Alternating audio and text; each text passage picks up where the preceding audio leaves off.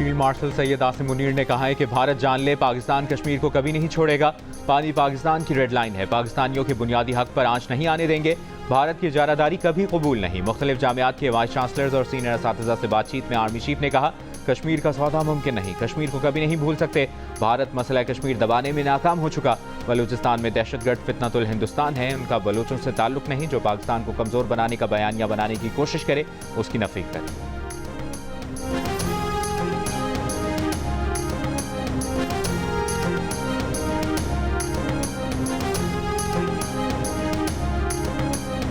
वज़ीर-ए-आज़म शहबाज शरीफ 2 रोज़ा दौरे पर ताजिकिस्तान के दारुल हुकूमत दुशंबे पहुँच गए। ताजिक सदर से मुलाकात और ग्लेशियर्स की हिफाजत पर बैनुल-अक़वामी कॉन्फ्रेंस में शिरकत करेंगे। वज़ीर-ए-आज़म पाकिस्तान और भारत के दरमियान हालिया कशीदगी के दौरान ताजिकिस्तान की हिमायत पर शुक्रिया भी अदा करेंगे।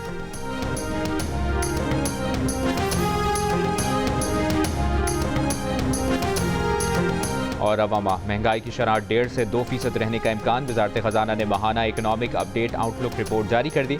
रिपोर्ट के मुताबिक जुलाई से अप्रैल बरामदात में 6.8% और दरामदात 11.8% इजाफा रिकॉर्ड।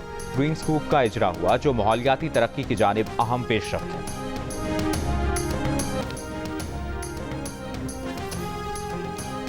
पाकिस्तान के बिटकॉइन रिजर्व के कयाम के ऐलान पर भारत में खलबली। भारतीय तज्जियाकारों का मोदी हुकूमत को क्रिप्टो की दुनिया में अमेरिका और पाकिस्तान के दरमियान बढ़ते ताउन पर नजर रखने का मशवरा। भारतीय तज्जियाकार ने लिखा कि पाकिस्तान क्रिप्टो के जरिए अमेरिका के साथ दोबारा ताल्लुकात मजबूत बना रहा है। हाल ही में अमेरिकी सदर ट्रंप से मंसूब वर्ल्ड लिबर्टी फाइनेंशियल कॉरपोरेशन और पाकिस्तान के दरमियान मुफाहमती याददाश्त पर दस्तखत हुए, जिसमें पाकिस्तान को क्रिप्टो हब बनाने का खाका पेश किया गया। पाकिस्तान को ऐसे गैर अहम समझकर नजरअंदाज नहीं करना चाहिए। एक भारतीय तज्जियाकार ने लिखा कि पाकिस्तान क्रिप्टो के जरिए भारत के खिलाफ तवील मुद्दती जंग के लिए अपने आप को मजबूत कर रहा है, जबकि एक ने लिखा कि पाकिस्तान अमेरिका के साथ मिलकर बिटकॉइन पर बड़ी बाजी खेल रहा है। भारत को इस मैदान में जल्द उतरना चाहिए।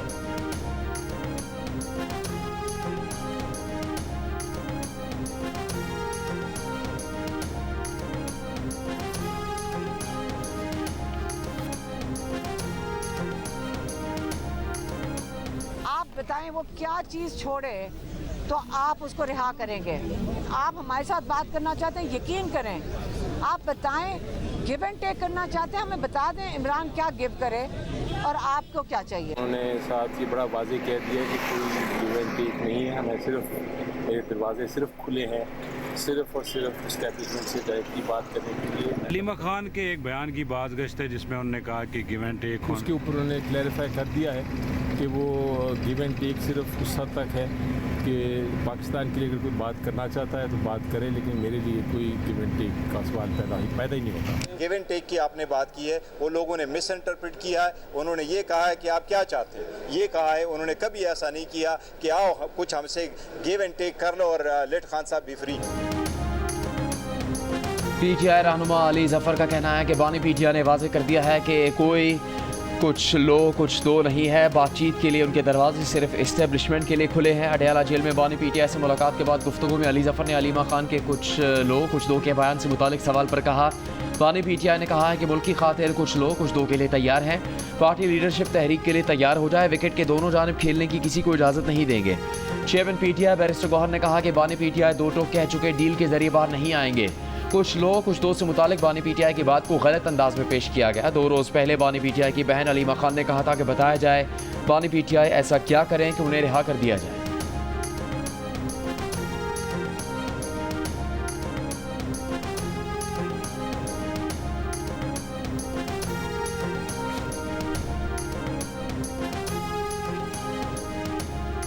बानी पीटीआई की हमशीरा अलीमा खान ने कहा है कि उन्होंने ये बयान दिया था कि बताया जाए बानी पीटीआई ऐसी क्या चीज़ छोड़े कि रिहा हो जाएं, लेकिन बानी पीटीआई को तो कानून की बालादस्ती के मौक़िफ़ से पीछे हटने का कहा जा रहा है।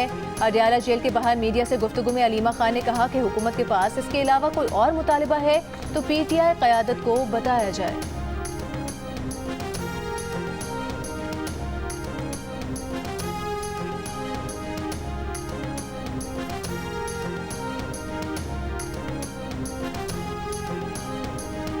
बानी पीटीआई ने आलिया हमजा मलिक को पंजाब में पीटीआई की सियासी कमेटी में शामिल करवा दिया। इससे पहले खबर आई थी कि आलिया हमजा मलिक को सियासी कमेटी का सरबराह बना दिया गया है।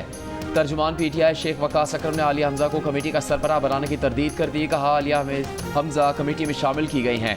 कमेटी में पंजाब के 4 रीजन्स के सदूर भी शामिल होंगे। इससे पहले सलमान अकरम राजा, उमर अयूब, अहमद खान बचर और उस्मान अकरम पर सियासी कमेटी तश्कील दी गई थी। शेख वकास अकरम ने कहा कि बानी PTI ने सियासी कमेटी को ख़त्म करने के कोई अहकाम जारी नहीं किए।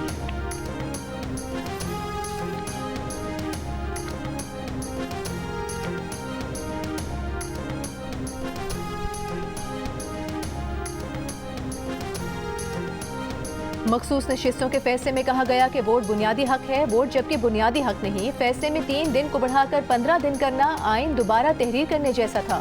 सुप्रीम कोर्ट के जस्टिस मुस्तरद हिलाली के रिमार्क्स। जस्टिस मोहम्मद अली मजहर ने सवाल किया कि क्या जज आइनी स्कोप से बाहर जाकर फैसला दे सकते हैं?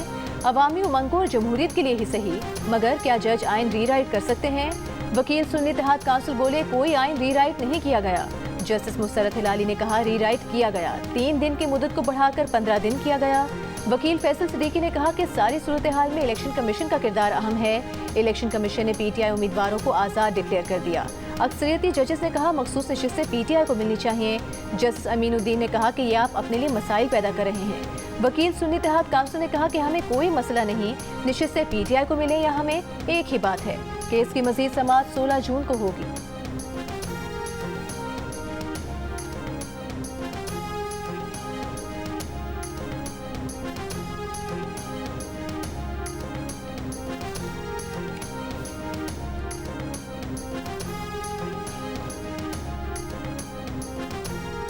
सुप्रीम कोर्ट के आईनी बेंच में इस्लामाबाद हाई कोर्ट में जजेस ट्रांसफर और सीनियरिटी के खिलाफ केस की समाअत। बेंच के सरबराह जस्टिस मोहम्मद अली मजहर ने रिमार्क्स दिए।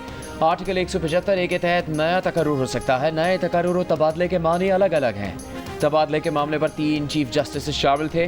हर चीज़ एग्जीक्यूटिव के हाथ में नहीं थी। अगर 16 जून को समाअत मुकम्मल हुई तो जजेस से मशावरत के बाद मुख्तसर फैसला सुना देंगे। अदालत में इस्लामाबाद हाई कोर्ट के 5 जजेस के वकील बैरिस्टर सलाहुद्दीन ने कहा जज की एंट्री फ्रंट दरवाजे से हो या साइड दरवाजे से, लेकिन हल्फ लेना होगा। जस्टिस मोहम्मद अली मजहर ने कहा अगर जजेस का तबादला मुस्तकिल नहीं तो हल्फ क्यों उठाना पड़ेगा? वकील बोले ट्रांसफरिंग जज का आर्जी हल्फ होगा। इसराइल ने गजा में जंगबंदी की नई अमरीकी तजवीज़ मान ली। इसराइली वज़ीर आज़म का बयान। फ़लस्तीनी मुज़ाहमती तंजीम हमास ने तजवीज़ मिलने की तस्दीक कर दी। कहा तजवीज़ का जायज़ा लिया जा रहा है। 7 अक्टूबर 2023 से आज तक 54,000 से ज़ायद फ़लस्तीनी शहीद हुए, 1 लाख से ज़ायद ज़ख्मी हो चुके। 1967 में मशरक़ी बैतुल मक़दिस पर इसराइली कब्ज़े के 58 साल मुकम्मल होने पर नेतन्याहू ने वीडियो भी जारी कर दी। वीडियो में वो मस्जिद अक्सा के नीचे खोदी गई मुतनाज़िर सुरंग में चलते नजर आ रहे हैं। इसराइली वज़ीर आज़म ने इश्तियाल अंगेज़ बयान में मक़बूज़ा बैतुल मक़दिस को इसराइल का अब्दी दारुल हुकूमत करार दिया।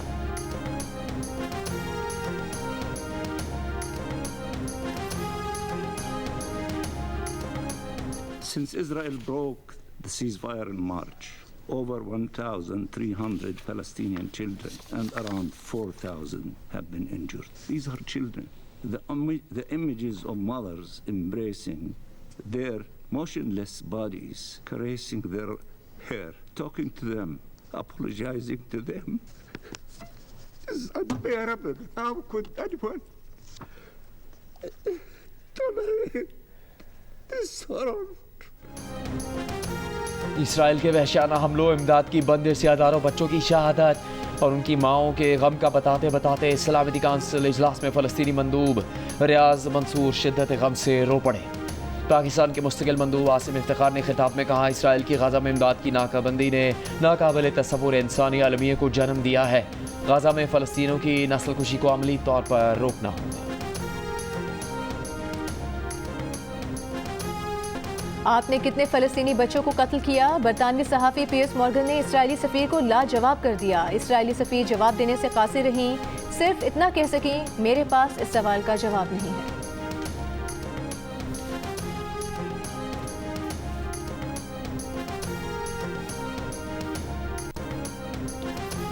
अमेरिका का चीनी तलबा के वीज़े मनसूख करने का ऐलान। अमेरिकी वज़ीर ख़ारजा मार्को रूबियो का कहना है कि चीनी कम्युनिस्ट पार्टी से वाबस्ता तलबा और अहम शोबों में तालीम हासिल करने वाले चीनी तलबा के वीज़े मनसूख करेंगे। आइंदा चीन और हांगकॉन्ग से आने वाले वीज़ा दरखास्तों की कड़ी जाँच होगी। चीन की वजारत ख़ारजा ने रद्दअमल में कहा कि ऐसे इम्तियाजी इक़दाम ने अमेरिका के आज़ादी के झूठ को बेनकाब कर दिया। चीन ने अमेरिका को एहतजाज रिकॉर्ड भी करवा दिया। इससे पहले ट्रंप इंतज़ामिया गैर मुल्की तलबा के वीज़ा इंटरव्यूज़ फौरी तौर पर रोकने का हुक्म दे चुकी ताकि उनके सोशल मीडिया अकाउंट्स की सख्त जाँच की जा सके।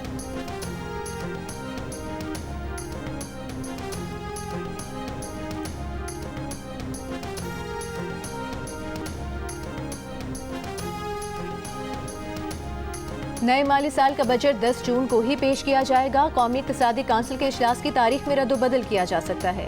विफाकी सेक्रेटरी खजाना का बयान। पाकिस्तान और IMF के दरमियान वर्चुअल मुज़ाकरात आज फिर होंगे, जिनमें तनख्वाहदार तबके और सनती शोबे को रिलीफ देने पर बात होगी। नए माली साल के बजट अहदाफ और मुमकिना इक़दामात पर भी तबादला ख्याल किया जाएगा।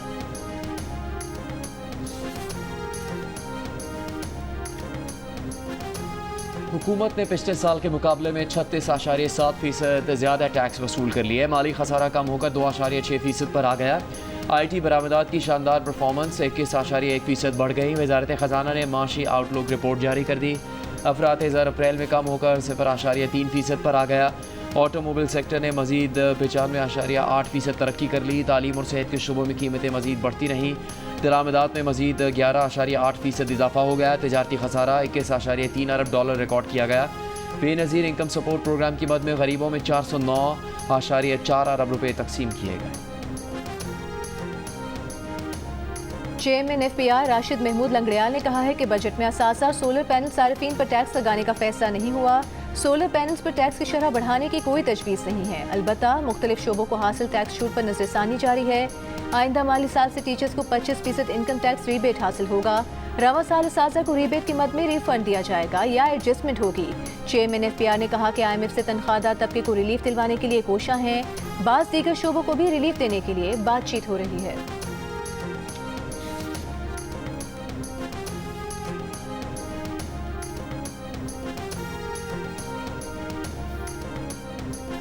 सदर आसिफ अली जरदारी ने कहा है कि बाहमी हम आहंगी और सियासी मकालमे का फ़रोग़ वक्त की अहम ज़रूरत है। तमाम तबकात के साथ मशावरत और ताउन के साथ आगे बढ़ना होगा। पीपल्स पार्टी जनूबी पंजाब के वफ़द से गुफ्तगू में सदर मुमलिकत ने जमहूरी इक़्तिदार के इस्तेहकाम में तमाम सियासी क़ुव्वतों के किरदार की तारीफ़ की।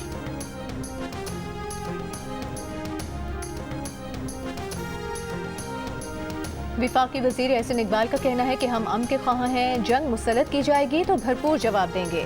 28 मई को जहां खड़े थे 10 मई को भी उसी जज्बे का मुजाहिरा किया। इस्लामाबाद हाई कोर्ट बार में यौम तकबीर की तकरीब से खिताब में उन्होंने कहा कि ये सिर्फ माजी की कामयाबी का जश्न ही नहीं बल्कि मुस्तकबिल के लिए यौम आज़म भी है।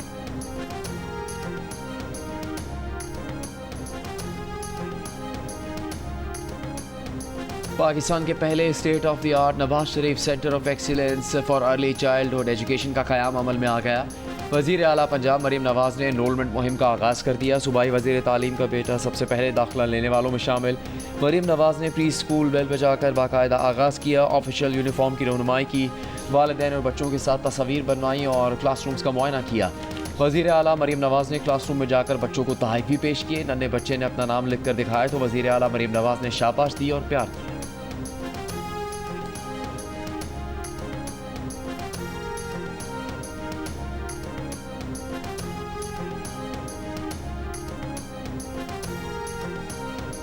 मुनशियात से मुतालिक हम अब तक कानून नहीं बना पाए। काबीना में ये मामला उठाकर कानून साजी की जानिब पेशरफ्त करेंगे। वज़ीर आला सिंध मुराद अली शाह का बल्दिया टाउन कराची में Sindh Institute of Heart and Cardiovascular Disease की इफ्तिताही तकरीब से खिताब। कहा कि सिंध का आने वाला बजट एक मुश्किल बजट होगा। सिंध हुकूमत अब तक सैलाब के असरात से निपटने में काम कर रही है। वज़ीर आला ने कहा कि लोड शेडिंग बड़ा मसला है। विफाक से बात कर रहे हैं कि हेस्को को टेक ओवर किया जाए। बिजली के इदारों को टेक ओवर करके पब्लिक प्राइवेट पार्टनरशिप में चलाएंगे।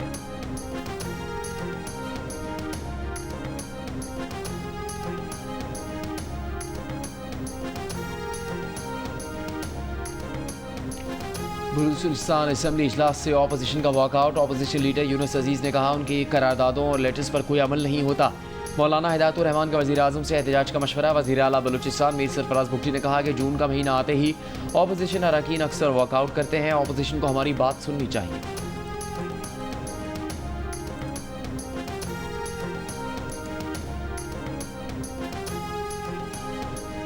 सिंध के सीनियर वज़ीर शर्जील मेमन ने कहा है कि भारत को हमारी फोर्सेस ने जैसे धोया ऐसा तारीखी दिन भूल नहीं सकता। इतनी खुशी किसी त्यौहार ने नहीं दी जितनी खुशी 10 मई को हुई।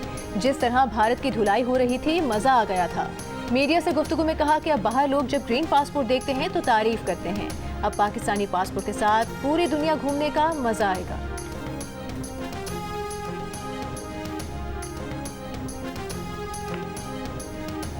सिक्योरिटी फोर्सेस की बलूचिस्तान में 2 मुख्तलिफ कार्रवाइयाँ। भारतीय प्रॉक्सी तंजीम फितना उल हिंदुस्तान के 5 दहशतगर्द हलाक। ISPR के मुताबिक 28 मई को ज़िला लोरालाई में फितना हिंदुस्तान के दहशतगर्दों की मौजूदगी के खुफिया इत्तला पर ऑपरेशन किया गया। सिक्योरिटी फोर्सेज ने दहशतगर्दों के ठिकानों को मौसर तरीके से निशाना बनाया। शदीद फायरिंग के तबादले 4 दहशतगर्द मारे गए। ज़िला केश में कार्रवाई के दौरान एक दहशतगर्द मारा गया। दहशतगर्दों के कब्जे से असला, गोला बारूद, धमाका खेज मवाद बरामद हुआ। ISPR के मुताबिक हलाक दहशतगर्द दहशतगर्दी की कई कार्रवाइयों में मुलव्विस थे। रावलाकोट के इलाके हुसैन कोट में कानून नाफिज करने वाले इदारों का ऑपरेशन फितना खवारिश के मुकामी सरबराह जरनूश समेत 4 दहशतगर्द हलाक। IG आज़ाद कश्मीर राना अब्दुल जब्बार का कहना है कि दहशतगर्दों की फायरिंग को 10 बम हमले में 2 पुलिस एहलकार शहीद और 5 जख्मी हुए। दहशतगर्द जरनूश आज़ाद कश्मीर में फितना खवारिश का ठिकाना बना रहा था। आज़ाद कश्मीर में दहशतगर्दी के लिए अफगान सरजमीन इस्तेमाल हुई। वज़ीर आज़म आज़ाद कश्मीर का शहीद एहलकारों के वरसा के लिए फीकस 1 करोड़ और जख्मी एहलकारों को 20-20 लाख रुपए देने का ऐलान।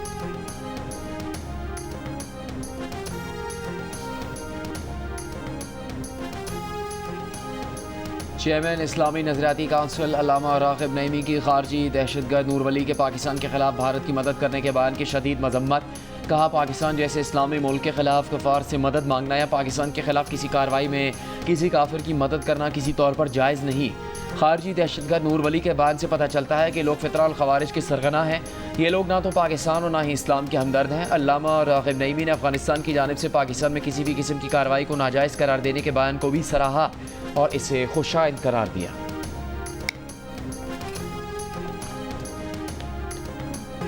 चीन और पाकिस्तान की दोस्ती मजबूत बुनियादों पर कायम है। दुनिया की कोई ताकत इसे कमजोर नहीं कर सकती। चीनी वकील विक्टर गाव का भारतीय चैनल पर जनरल बख्शी को जबरदस्त जवाब। उन्होंने वाज़ेह कर दिया कि दोनों मुल्क दिहाइयों से मिलकर फौजी तरक्की में ताउन कर रहे हैं और पाकिस्तान की खुदमुख्तारी और सालमियत के दिफा में चीन हमेशा उसके साथ खड़ा है। भारतीय रवैये को गैर जिम्मेदाराना करार देते हुए उन्होंने कहा कि तहकीकात किए बगैर बंदूक उठाकर किसी मुल्क पर दहशतगर्द हमले की सरपरस्ती का इल्जाम नहीं लगा सकते।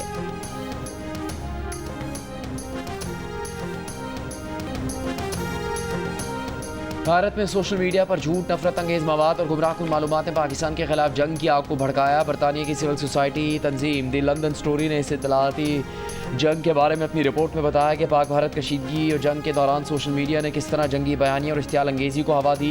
यूनिवर्सिटी ऑफ मिशिगन के प्रोफेसर जोयोजीत पॉल के मुताबिक भारत में ऐसी शिद्दत पहले कभी नहीं देखी गई।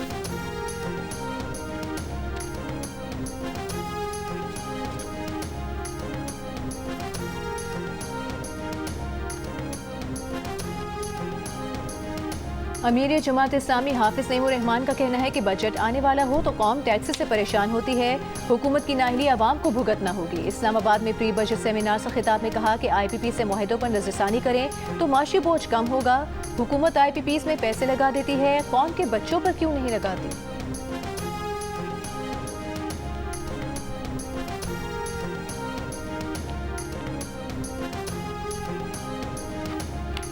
कराची में बिजली की लोड शेडिंग पर MQM के अरकान सिंध असम्बली का एहतजाज। बयान में कहा कि कराची में 16 घंटे से ज़्यादा की लोड शेडिंग हो रही है। खरबों रुपए के भारी बिल लेने के बावजूद बिजली फराहम नहीं की जा रही। कई बार यकीन दहानियाँ करवाई गई लेकिन के इलेक्ट्रिक कारकर्दगी बेहतर बनाने में नाकाम रहा। MQM ने मुतालबा किया कि मुआहदे की खिलाफ वर्जी पर के इलेक्ट्रिक के खिलाफ कानूनी कार्रवाई की जाए।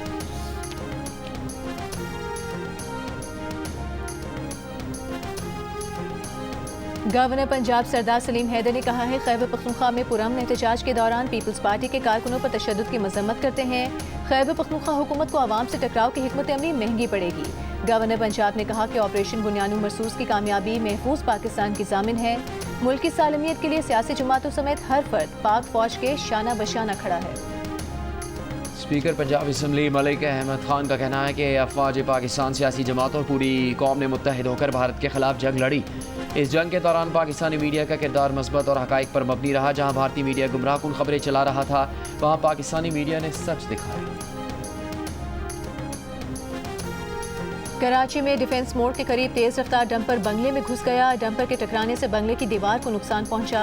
ड्राइवर को पुलिस ने हिरासत में ले लिया। ड्राइवर के मुताबिक डंपर के ब्रेक फेल हो गए थे। हादसे में डंपर ड्राइवर और क्लीनर जख्मी। एक और हादसे में ICI पुल पर वाटर टैंकर उलट गया। ट्रैफिक मुतासर, हेवी मशीनरी के जरिए टैंकर को हटाया गया। ईद उल अजहा के लिए मुल्क भर की मवेशी मंडियों में जानवरों की खरीदारी जारी। कराची की मंडी में सिब्बी के दर की धूम, लाहौर की मंडी में 1 करोड़ का बैल आ गया। सरगोदा में नायाब नस्ल के बकरे तवज्जो का मरकज़। करक में भी मवेशी मंडियाँ सज गईं। डेरा इस्माइल खान में खरीदार और व्यापारी मवेशी मंडी की बजाय टैक्स बचाने के लिए सर्कुलर रूट पर लेन देन कर रहे हैं।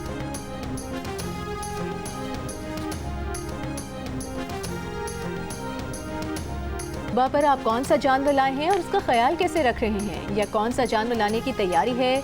कुर्बानी के जानवर के साथ अपनी 10 सेकंड्स की वीडियो जियो न्यूज़ के साथ शेयर करें। हम आपकी ईद उल अज़हा की तैयारियां सबको दिखाएंगे। हमारा नंबर आपकी स्क्रीन पर।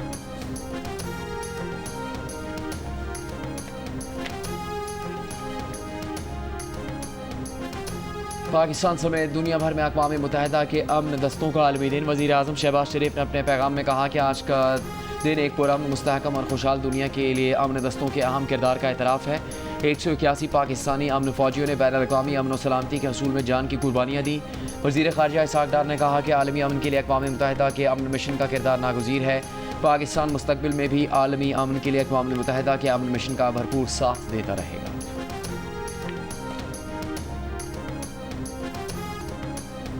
चेयरमैन पीसीबी मोहसिन नकवी से दुनिया के नंबर 1 बॉलर सादिया इकबाल की मुलाकात। मोहसिन नकवी ने T20 वर्ल्ड रैंकिंग में टॉप पोजीशन हासिल करने पर सादिया इकबाल को शर्ट दी। चेयरमैन पीसीबी ने कहा, आप पाकिस्तान वुमेन्स क्रिकेट की स्टार हैं, उम्मीद है वर्ल्ड कप में भी अच्छी कारकर्दगी का तसलसल बरकरार रखेंगी।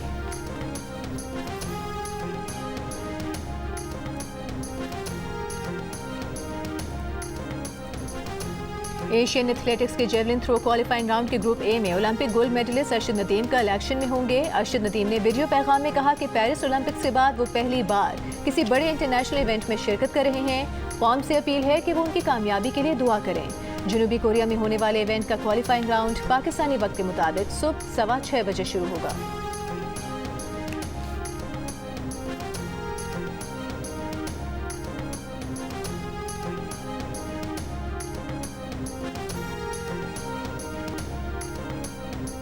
ATF south Asian under 12 tennis championship में पाकिस्तान ने भारत को शिकस्त देकर फाइनल के लिए क्वालिफाई कर लिया। सेमीफाइनल में पाकिस्तान के शायान आफरीदी और राशिद अली ने भारतीय खिलाड़ी को स्ट्रेट सेट्स में हराया।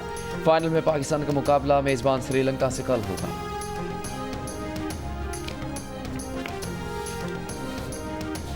और मारूफ पाकिस्तानी फिल्मसाज माहिरा उमर की ज़ेरे तख्लीक फीचर डॉक्यूमेंट्री गर्द ने नेपाल फिल्म इनिशिएटिव का बेहतरीन पिच का अवार्ड अपने नाम कर लिया। ये एजाज़ दस्तावेजी फिल्म साजी के मैदान में उनकी तख्लीकी सलाहियतों के एतराफ़ में दिया गया है।